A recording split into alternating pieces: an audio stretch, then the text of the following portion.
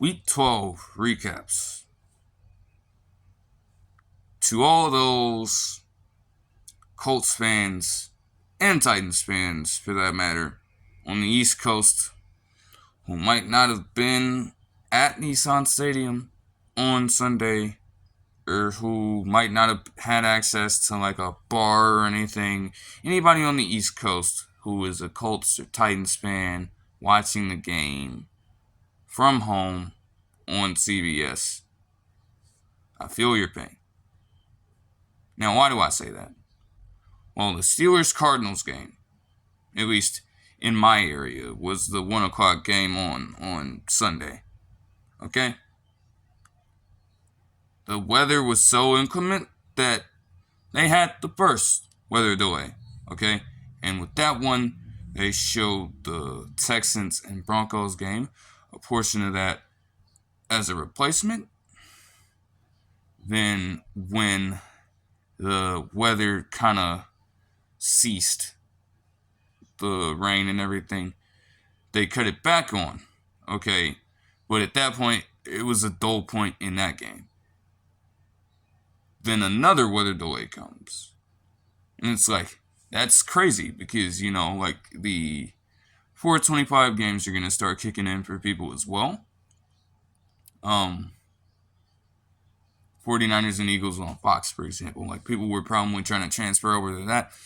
Maybe a lot of people weren't necessarily sticking around on CBS at that point. But they cut back to the Texans-Broncos game. They show that ending. And, safe to say, the Texans, man, it came full circle. That game, their defense dominated.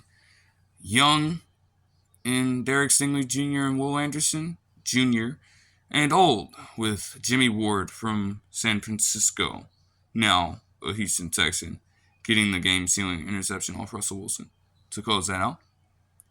They also, with the ending of that one, the weather delay was still going on, and so they transition into the Titans-Colts game. A bit later on in the fourth quarter, they end up getting that one sent to overtime after they make a field goal to tie it up. So we get into overtime, and the Titans get into this long, drawn-out drive.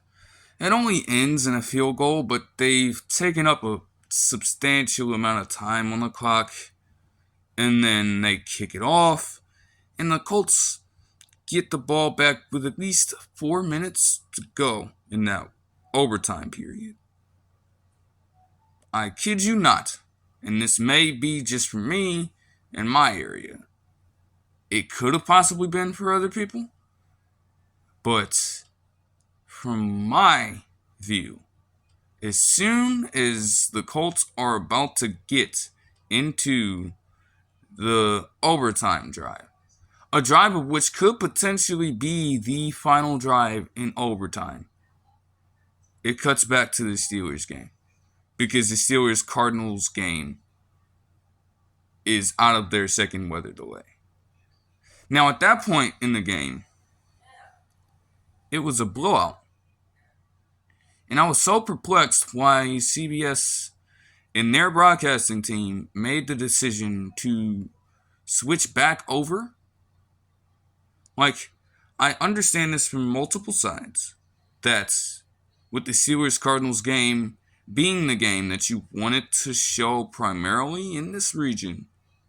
You do have a little bit of priority when it comes to that. You can't game plan for 2 weather delays. I understand.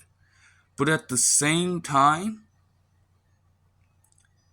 you need to make sure that you're giving your fans the most quality football games at all times. That Steelers-Cardinals game was a blowout at that point. And the Steelers would not go on to do much of anything. You want to know what happened on that very same drive that the CBS sports broadcasting team switched away from, they would get a game-winning touchdown in overtime. The Colts. Going on a great drive led by Gardner Minshew and got the game-winning touchdown. And nobody was able to see it, at least from my region. But there's a good chance that a fair amount of people across the East Coast were not able to see the ending of that game on CBS because they made the decision to switch over. Especially those who were closer up to Pennsylvania, especially those who were in the very Northeast. They probably were not able to watch the rest of a competitive game play out and had to instead make the decision to continue watching a 1 p.m. game way later on in the day. Yes, two weather delays, that falls out of the control of really everybody, but that game was not competitive, so you were forced to either watch the rest of that on the East Coast, or you had to go to Fox and watch the 49ers Eagles instead.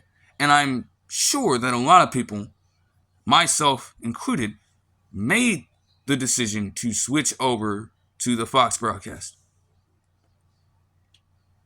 It was just a decision of which completely perplexed me, and it might have happened to a lot of people. I'm shocked how it didn't get any coverage, and I'm shocked how nobody's really talked about it to this point. At least from what I've seen. It came off as weird to me. And I really don't care about this, Baltimore hates the Colts. I understand that Baltimore hates the Colts. I also understand that you need to be really trying to tune in to competitive football when you can. And you had a chance right there. The weather delay was prolonged when you went back to the Broncos-Texans game, but that was competitive then. And why not keep the same energy with that? I don't know. It's outlandish to me. Again, there's no, I can't guarantee for sure that it happened to anybody else, but I'm sure somebody might have come across this problem. And, to have that potentially happen is ridiculous. I guess overall, it was a better week, honestly, when I made this whole tangent about the shitty-ass primetime games. To summarize this week, kind of surprising. There were still some duds, of course. Again, like I said, it's going to happen every now and then. But, there were a surprising amount of games that actually, really did well. For example, Seahawks Cowboys. Got 15 million viewers on their streaming. And it would end up being the highest mark for this program since its inception. 45-31, the Cowboys got the win. And honestly, what I can say really caused the Seahawks to lose. Penalties, just penalties. I'm not even gonna go and say, ref ball this, ref ball that. They called too much, but honestly, at the same time, the fact that you find yourself in a position to get flagged that much in a game like this honestly made the difference. It killed a fair amount of the drives the Seahawks had. So that's really what it came down to. But both teams performed well.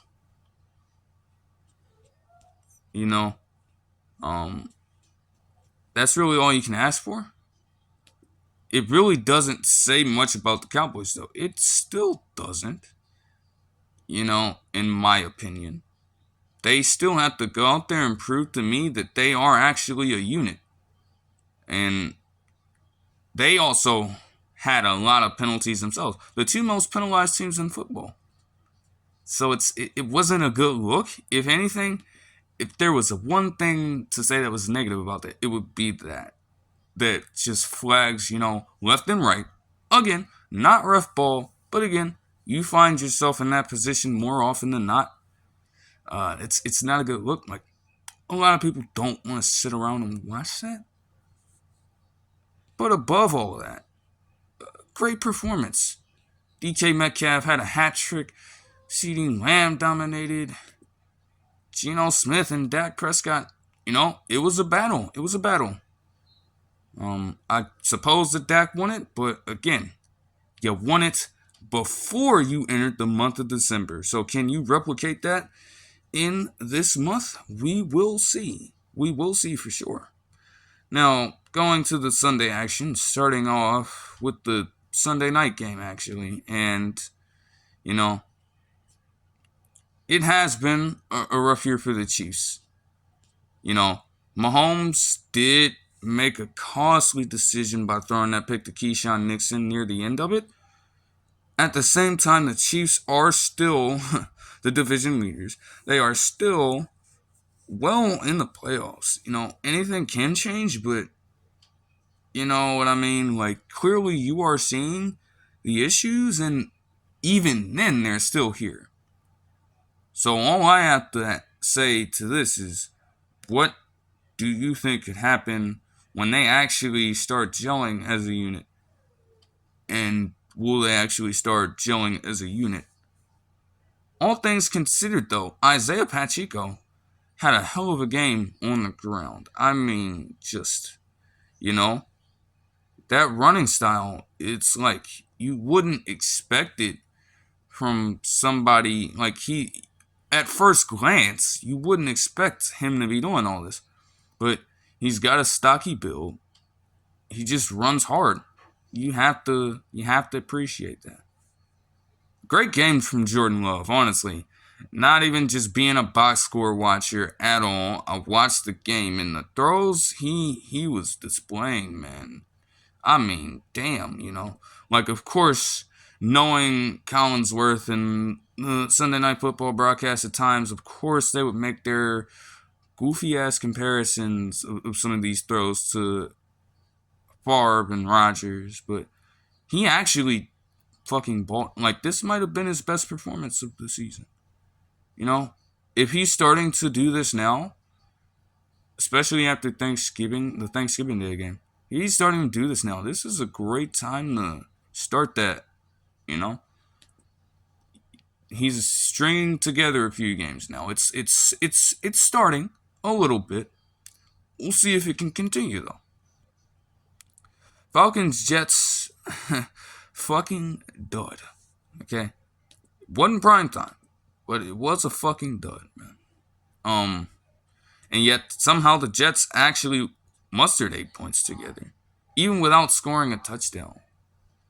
Desmond Ridder, just a horrible fucking game. Again, honestly, with the Falcons and Jets, it's honestly, you could make the argument that they're kind of the same team right now. The Jets have Rodgers, but obviously he's out. But with that, the Falcons have a fairly solid defense, and the Jets' defense is obviously great, but both of their offenses, for one reason or another, cannot fucking get it together. The good thing for the Falcons is that they were able to put in just a little bit more effort in this one. And that's really what made the difference. Nothing else. The Jets have released Tim Boyle at the time of the recording of this video. As of the recording of this video. And they even gave Trevor Siemian some reps too. Which I don't know how that helps you any more. Really. Moving on to the Dolphins and the Commanders.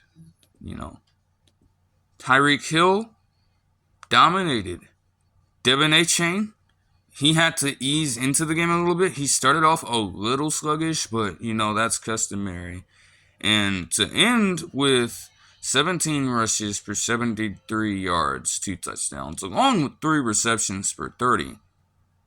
That is a great performance for his first game back.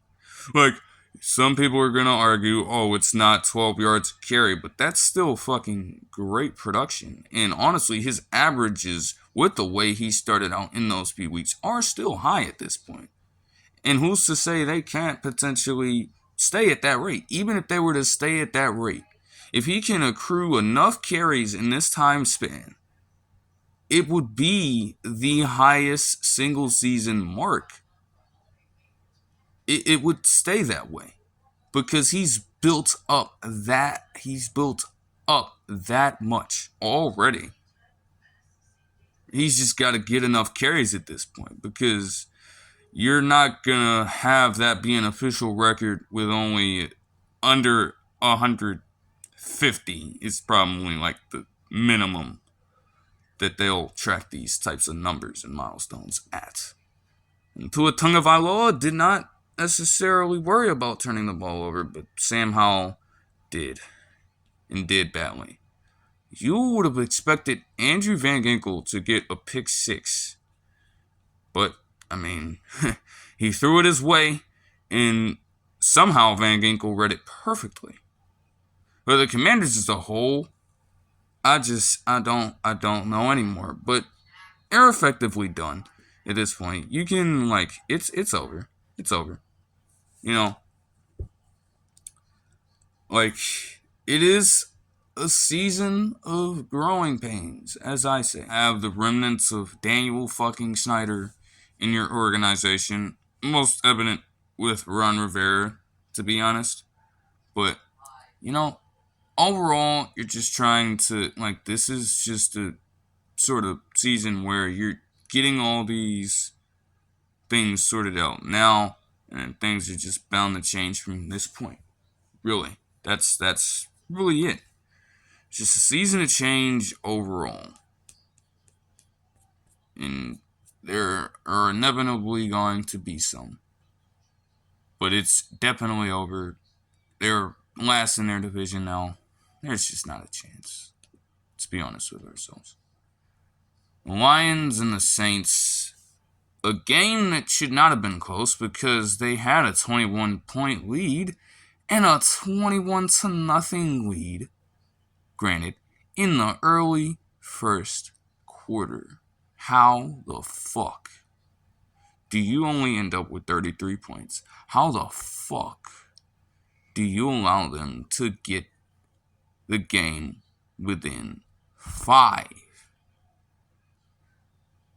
That's such a Lions thing to do, but they did close it out. Jared Goff could have had a better game if you would actually convert on some of these drives, but they got everybody involved. I mean, Jahmyr Gibbs dominated. David Montgomery continues to vulture, but he had a fair game, all things considered. They finally wanted to use Jameson Williams a little bit, and he got a very good rushing touchdown. And Sam Laporta in the receiving game. Man, you want to talk about a perfect time to have a career game. I mean, damn, 9 for 140 and a touchdown. And not to mention, he caught all of his fucking targets. That is impressive for the young Iowa tight end. You really do respect that. But if you're the Lions defense, you are not taking this win and running away with it. You have some serious problems you need to address. Yes, your offense stalled out multiple times and your defense could have been tired, but at the same time, this shit should not have been possible. It should not have been. With the help of Taysom Hill, the best gunner in the league, Alvin Kamara vulturing touchdowns as well. You think they would have actually given Jamal Williams, what the hell? You think they would have given Jamal Williams a chance to do so, given the fact that he played for this fucking team last year and got fucking 17 rushing touchdowns. But, nevertheless, Chris Olave also had a great game too. Alvin Kamara actually managed to finish with 20 touches. and an efficient 109 yards. So again, you want to see higher than 3.6 yards a carry. But, I mean, damn, like, these receptions had to be checkdowns. You figure they had to be checkdowns. Had to. There's no doubt in my mind about it. The Saints just couldn't do enough to come out with the win at the end, but it should not have gotten to that point.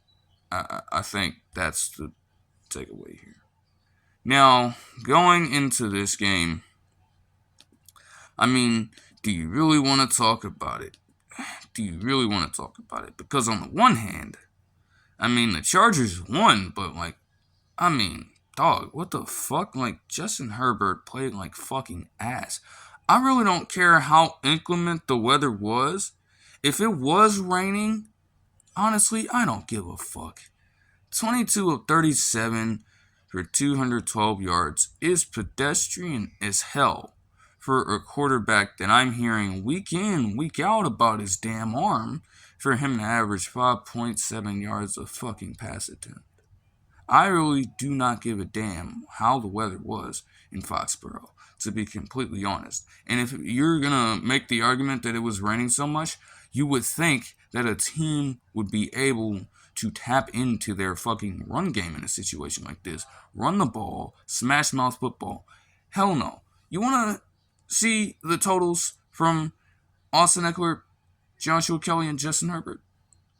As a team with those three, the Chargers, in inclement weather, rushed 24 times for a paltry fucking 29 yards and 1.2 yards a carry. So you're going to make the argument that it was raining all day long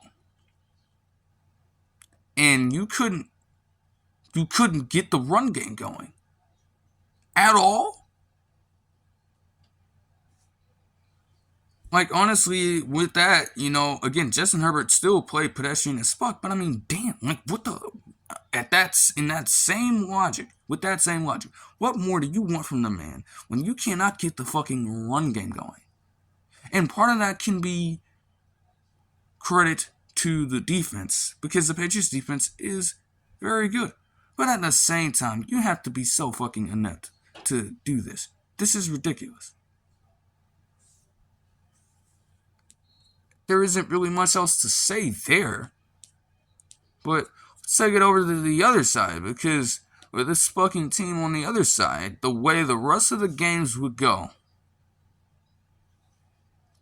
the Patriots were the only NFL team this week to not score a fucking a point, rather. Not even a touchdown. A fucking point.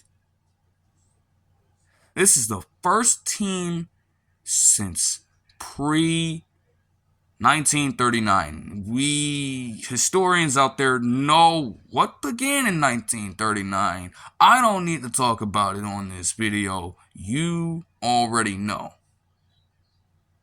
Before that, to lose 3 straight games while giving up 10 points or less. That is historically bad offense. And with a performance like that, you need to fucking purge it. Fucking take everything down. Strip it away, bro. Everything. There is no shot that they should be allowed to play football again for the rest of the season. At this point, they have the number 2 pick. Okay, they have the number 2 overall pick. Honestly, even if they're trying to fucking tank, which is something really uncommon for Bill Belichick to want to do, but if they are really trying to tank, I still think this has got to be one of the worst displays of football I've ever seen in my fucking life, whether they're tanking or not, because this is ridiculous, man. In their run game, this is kind of a volume thing. It was okay at best. But, your offense as a whole, something has to give.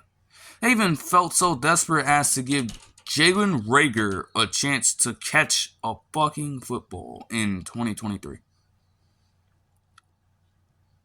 like, your defense did all they could do, and your offense had zero response. Literally. You're the only team in football in this week that did not score. Do you know how crazy that is? When honestly, there are more inept teams out there at this point. Still, somehow. But the Patriots, of course, at this point with that, they're at the bottom of the bottom. Honestly. There's no coming back from it. If they are tanking, they're doing exactly what they have to do to solidify their pick. But you're still ass. I'm calling it out. And even then, you think one draft, honestly, they could get the right players in position for this draft. But with this roster, man, it's going to take a long ass time. I am not under the belief that getting a few dynamic players, Caleb Williams, for example, if they managed to get his hands on him, he could help this team out a ton. But I am not under the belief that this team is going to drastically improve from season to season. To be honest. And it sounds disrespectful to Bill Belichick as a coach because he's capable of a lot.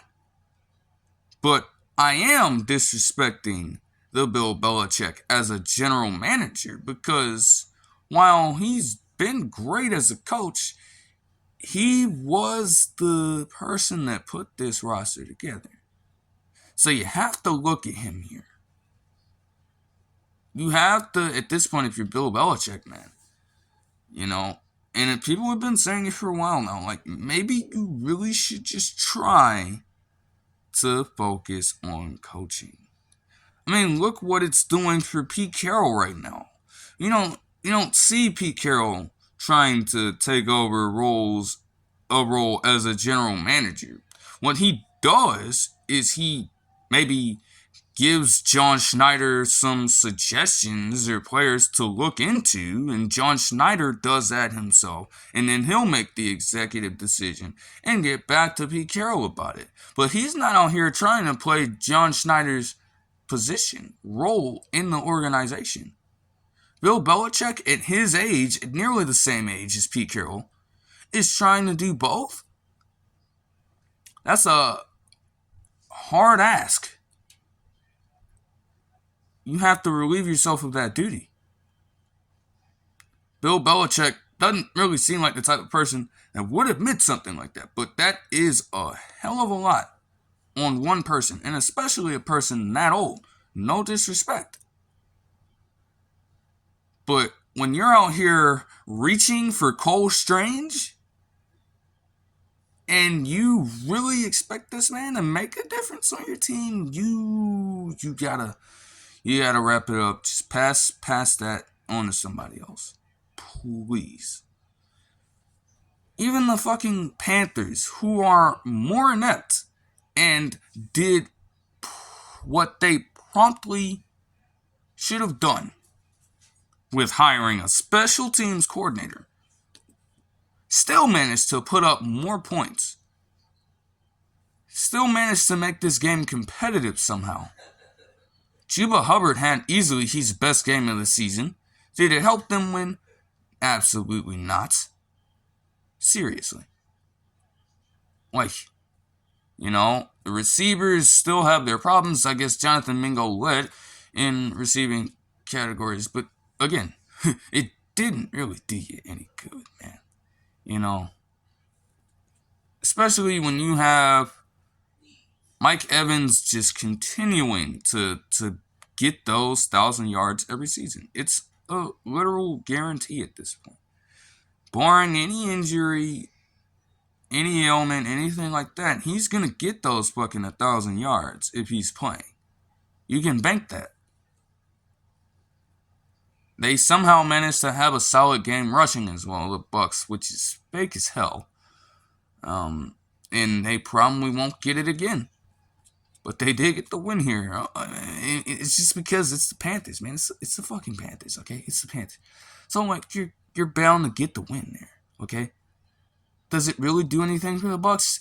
It somehow manages to keep them afloat in this terrible ass division that is the NFC South. Like whoever comes out of the NFC South is they're gonna get fucking worked in the playoffs. You already know it. It's really just trying to figure out who the hell is gonna get in, I guess. Somebody's gonna be happy one week and then it's gonna turn into complete disappointment. As if you were surprised that your team wouldn't get first rounded. Moving on to the 49ers and Eagles. I mean, I guess both teams were talking a whole lot of smack before the game leading up and everything. But the Eagles were doing a fair amount, a high amount. And to let them go out there beforehand, before the game even starts, just walk all over you beforehand. A bit of foreshadowing there, okay? Just walking right through you and telling you what they were going to do before they went out there and did it. And they get on the field, they get in this action. The Eagles start out decent, and then the 49ers just completely take over from there. And not to mention that you have Dre Greenlaw getting into this incident with Dom DeSandro, which I didn't necessarily see at first when it was live, but they did replay it a few times, and I was able to catch it. Completely weird to me. They're still deciding what to do with that and everything. But nonetheless, you have that going on, and you think the way they were cheering for DeSandro as he walked out after just being told to leave the sideline, you think that would have actually gotten them a little bit of momentum and energy. And as soon, the very next play, Jalen Hurts gets tackled for a loss. They don't do anything on that drive. And it's safe to say, again, for the rest of the game, the 49ers had their way. Attacking that middle of the field, which the Eagles are so weak at defending, as it is. And everything just came to, it was the worst possible thing that could have happened for the Eagles. The 49ers, they just played excellent football. I mean, Brock Purdy had a hell of a game. Christian McCaffrey, he's just going to get a touchdown every time he steps on the field at this point. De'Bo Samuel, my God. It is I don't even have to, you just know who really made an impact in this game. Everybody played their role, played it well, and they got a flawless victory, pretty much. They were able to put in some garbage time touchdowns, and for whatever reason, they had Marcus Mariota step in. So it's bad when that has to happen. All things considered, though, it seems like, I guess some of the Eagles players are taking it on the chin.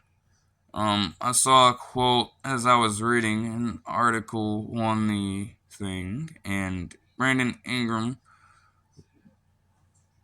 Graham said, hey, this is the best possible thing that could have happened to us because we were getting away with so much stuff on defense in these other wins and nobody called it out because of the results. But now it was so blatant that you have to get better from this point, is essentially what he said. That's not the exact quote. Don't take it as such. You have to go and find the article for it, honestly. I implore you, do not take that, what I just said, as the actual quote. You have to find it. But he said something along those lines. And honestly, I can agree with him. they got all these wins. They even, again, same thing. Literal last week of football against the Bills. Their defense was sloppy in that one. Josh Allen was having their way with them up until he threw that one pick, up until he missed Gabe Davis wide open, which again is the result of your inability to defend well. But you got away with that because he threw it incomplete. And the offense was able to go down there and do what they did. You already know that. Now you're faced with having to take this opportunity, learn from it big time, because chances are you may have to face them again. And what are you going to do then? When it comes to playoff football, if you make it that far, this might be the team you have to face again. So what are you going to do? You're going to have to find out, and fast. Now, it's unrelenting because you're playing the Cowboys on Sunday night. You're playing the Seahawks on Monday Night Football now, which is like, that's going to be great. I already know it. But you have two teams that, they just went head to head in a 41-35 shootout. You can probably beat the Cowboys because you already have, which again just invalidates a lot of the Cowboys shit. Because they still cannot necessarily beat opponents that are over 500. Like, that doesn't make you a real team. But they won in a 41-35 shootout. And with the way you just played against the 49ers, the exact same team who beat the Cowboys down terribly on Sunday night as well. Like, you're going to have to turn this around fast. The Seahawks are also an unrelenting offense as well, who, judging by what they do in this 49ers game, could potentially be finding their groove on offense. Like, this does not look good if you're the Eagles defense. You need to figure this out soon, if you're them. And it was great of Brandon Graham to address that. Browns, Rams. Joe Flacco is a traitor, and he did just about what you'd fucking expect from Joe Flacco. I'm not surprised that the Rams won this game. I'm really not. Like, you have to understand what you're getting from Joe Flacco at this point. And if you really expected him to dominate and give the defense a chance to breathe, I don't know what to tell you. I really don't. Matthew Stafford had a fine game, I guess, and he also actually incorporated Pucanacua and Cooper Kupp. And won pretty easily. Now, are the Browns necessarily a good team? Judging off their record, yes. With their current situation, like, same boat as the Steelers. I mean, shit, like, outside of the defense, what the hell is the offense going to do for you? Not shit when it matters. But Pucanacua had 6 total touches for 139 and a 70-yard touchdown catch. Cooper Kupp had a reception touchdown as well. He got it to a fair amount of people, I guess. Not necessarily spreading the ball around per se. Those 7 receivers did catch the football, but that's neither here nor there. And Kyron Williams just continues to be this good pickup. Again, like Cameron Akers, you see him suffering his second Achilles injury. You've given Darrell Henderson Jr. Put him on the back burner. You've lowered the amount of carries you've given Royce Freeman. And again, Kyron Williams, a guy that you aren't having to allocate a ton of money to, is doing this for you. had to be one of the smarter trades of the season, I guess. And with Kyren Williams healthy, I guess they've managed to turn things around. Now, how long that's going to last, I don't know necessarily. But it was a smart trade. I'll continue to back it, too. It was like, that was a good move. That was a good move. And then closing it out with a game that had a lot of emotion, I guess. I mean, first of all, did we really expect Jake Browning to do what he did? I mean, I remember seeing this guy when he was at Washington and playing quarterback for them. He did what he did at Washington and went undrafted. And now in in 2023, yesterday, stepping onto the field, going 32 of 37 for 354 yards and a touchdown.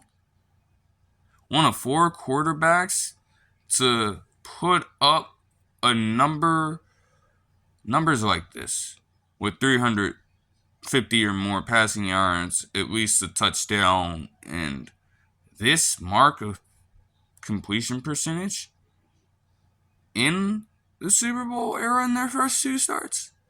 Now, the list isn't a promising list because I do remember this. The list is filled with Chad Pennington, who I guess is alright, Rob Johnson, who I've never heard of, and Mason Rudolph, which, yeah, that Mason Rudolph.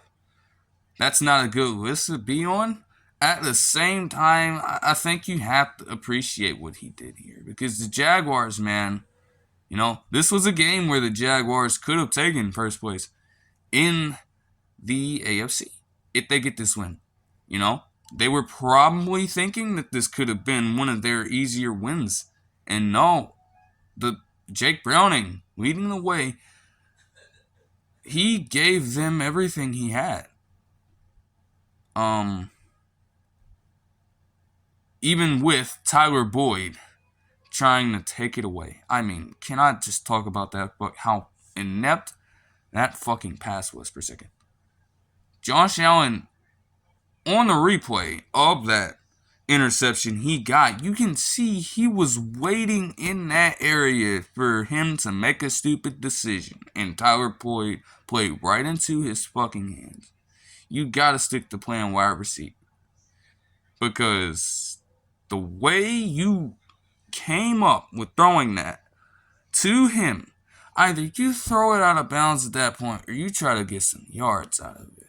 You don't throw the ball back that way where the linebacker, edge rusher, honestly, I don't think I consider him a full-on defensive end, but you throw it right to him. He's waiting for it. And Jamar Chase, they also tried to get him to throw a pass for some reason. Why are you trying to get wide receivers to throw pass?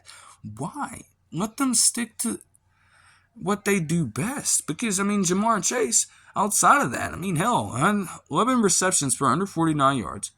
And a beautiful touchdown pass from Jake Browning also.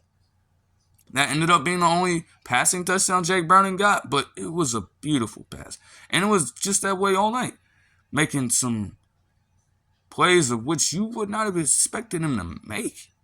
But every turn, just something pretty incredible given the situation. You have to appreciate that Joe Mixon also had a good all-around game. And Chase Brown, the rookie running back from Illinois, getting his first few snaps. And I didn't even know he got 9 rushes for 61 yards. But shit, at that point, man, that is damn good.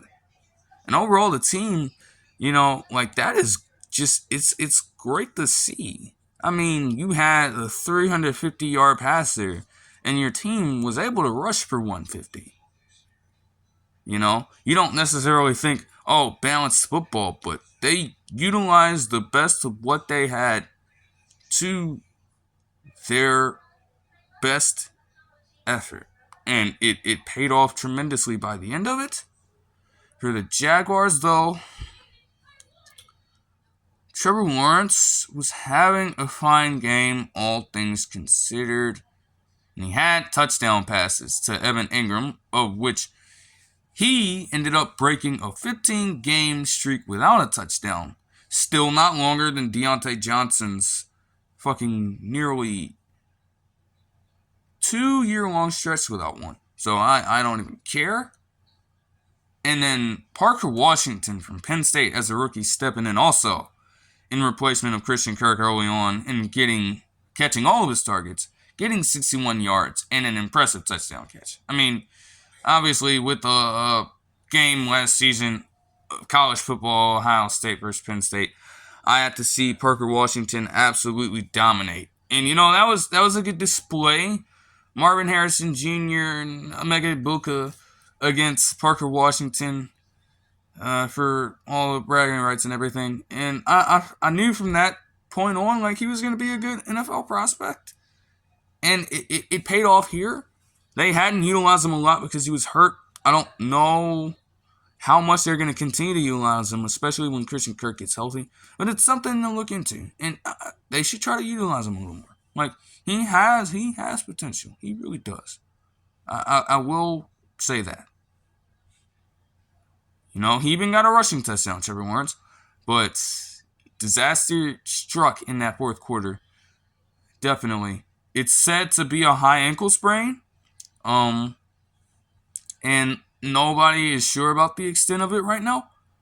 It looked bad from when it initially happened and his reaction to it.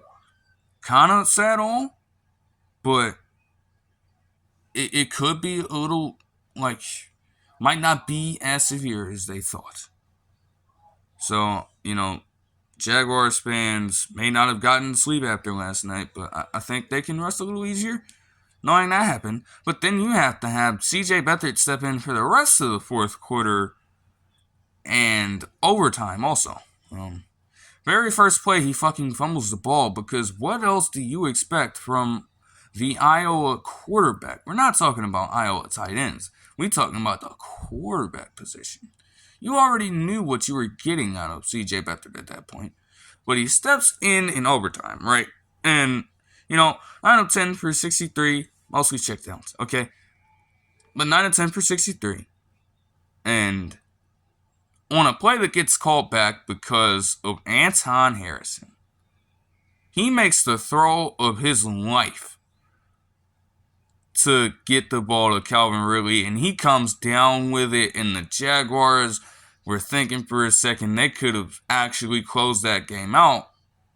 It would have still been a bittersweet victory, but they would have been able to close it out if Calvin Ridley, if that play stood.